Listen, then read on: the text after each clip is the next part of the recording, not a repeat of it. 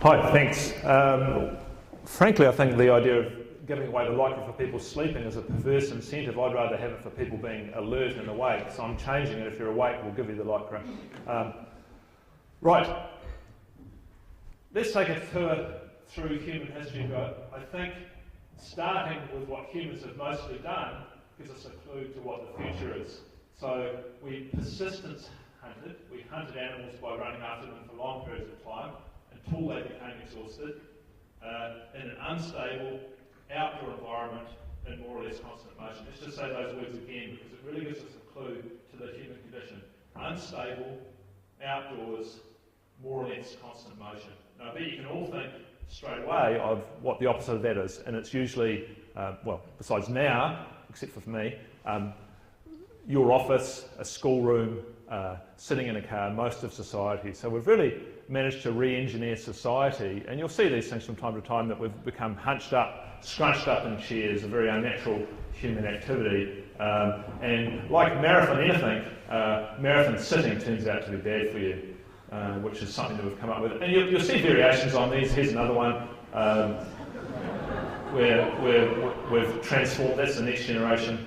No, I don't mean that, but what I do mean to say is that we are facing actually the first time in human history where we've actually gone, well, actually not the first time, but the second time in human history we've gone seriously backwards in life expectancy. So it might be that our children are the first modern children to actually have a shorter life expectancy than their parents.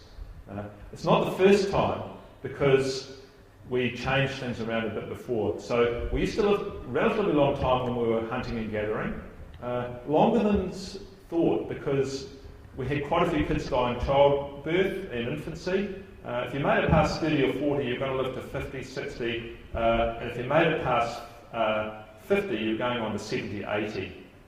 So this was a big, strong person, a brain that was bigger than ours, who had no sign of these chronic diseases. All of us will die slowly of chronic diseases, whereas our forebearers had the mantra, live long, drop dead, which frankly is what we're all after, isn't it? Think about it. And take that. If you don't take anything from today, just think about how you'd like to die. Which to me is sprinting uphill on my bike next to my mate, age 89. I sprint him, just as I think I'm winning, I fall over, I fall turtle up, I'm dead on the road, and then he sprints and falls over at the same time. We both think we've won the sprint, and we've had a good long life. Live long, drop dead. Think about it. But that's not what's happened.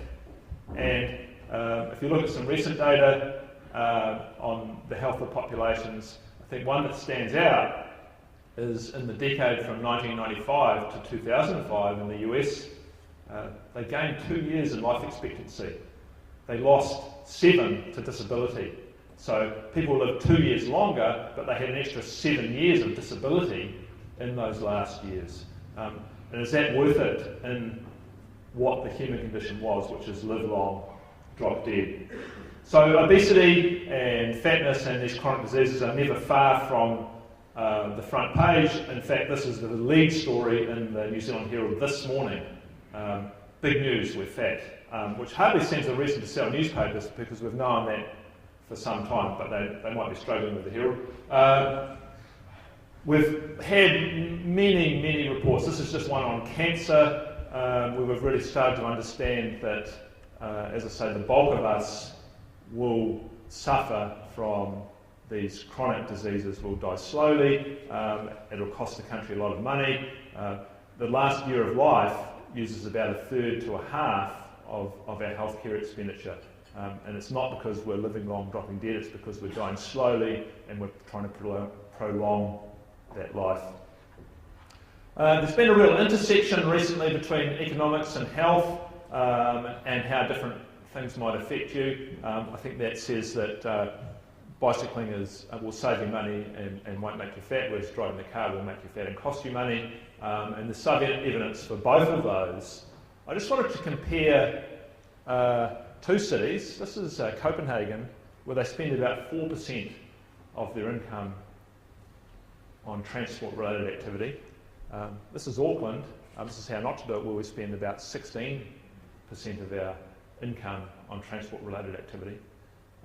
And both countries are sort of fat, although the Danish are down in the 40%, 40 to 45%, depending on the statistics that you believe, overweight or obese. New Zealand, we're at 70% overweight or obese. So there's certainly some differences there that are worth considering, and worth considering how activity in particular can contribute to saving us money and improving our quality of life.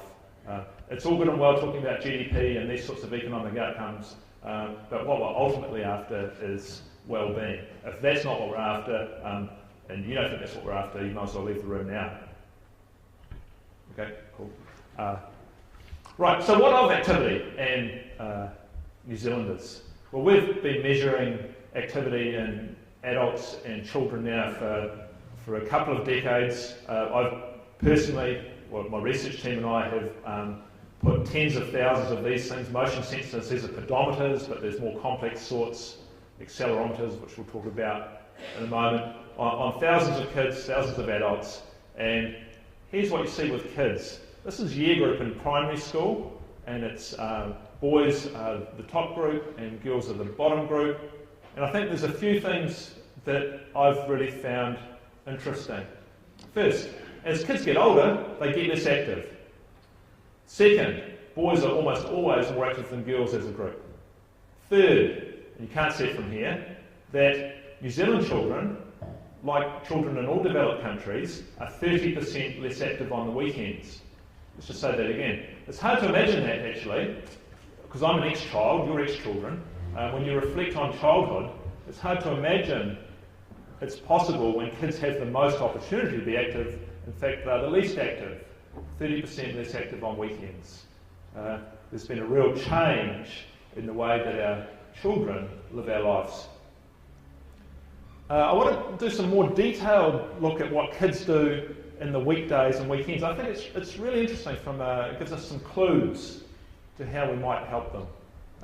This is, I'll take you through this slowly. We put real-time motion sensors that measures activity for kids in real time. This is a weekday, and we've got three different types of kids. We've got the top quarter of kids, we've got the middle lot of kids, and we've got the bottom quarter of kids in terms of their activities.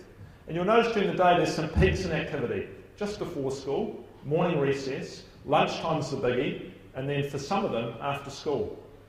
What's interesting is that most kids, regardless of the least active ones or the most active ones, accumulate their movement in these little brackets during free play, unsupervised, no adults, do what you want, play. They all clock that up, and that's actually where most New Zealand kids accumulate most of their activity.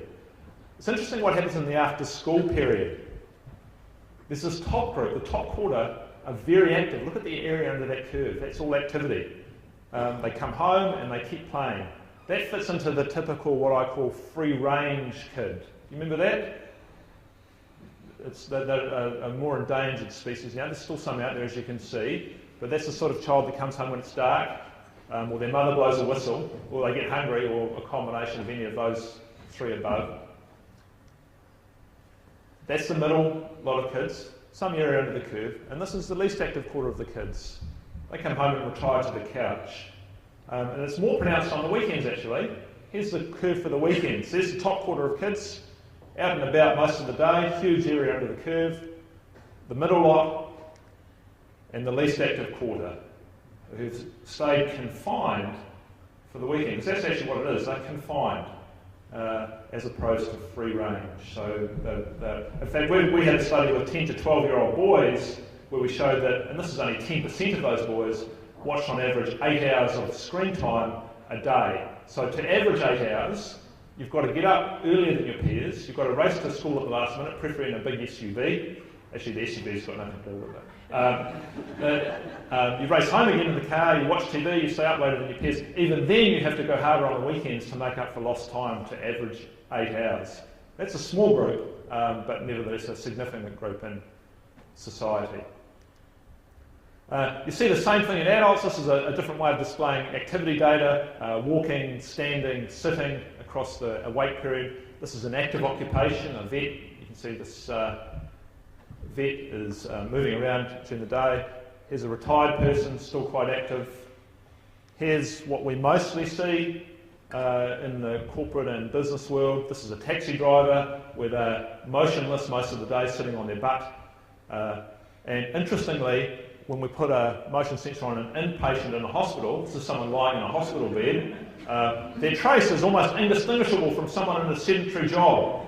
Stroke, sitting. And frankly, that's where some of them are heading. So that's an interesting one. I've just finished doing this with a whole workplace, and it's amazing how much time we sit these days. We've taken up marathon sitting, as I say. So this is my kids at Takapuna Beach, lighting a fire.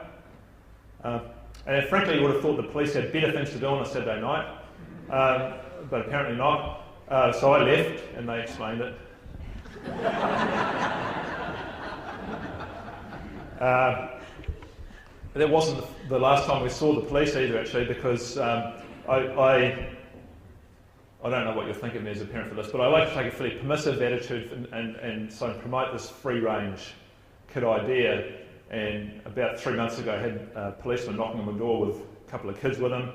I recognised them because they were my kids, and the next door neighbours who are the same age. And what they've been doing is, I'm sort of divided about this because it is actually criminal, but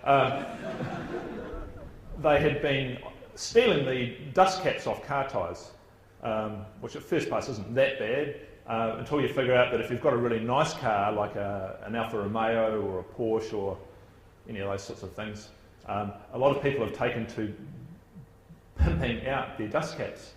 So you have these little anodised BMW lathe aluminium dust caps, or little Mercedes ones. I've seen the whole lot actually. I've got the whole collection because the kids had the whole collection, which they've been selling off local cars for the God knows how long. So half of them is going, oh, yeah, that's cool, I would have done that. And yes, that's breaking the law, officer, and I will accompany you down to the station.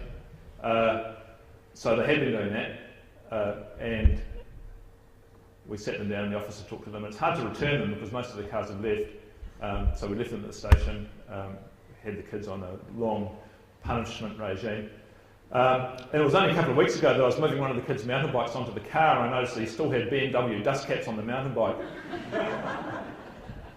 So he's still learning about behaviour and its consequences. But what we're starting to understand as kids decrease what we call their independent mobility, their ability to range around neighbourhoods, incurring risk and adventure on their own terms, is that it's affecting their brain. So this is just a little schematic out of a British newspaper showing 4 generations of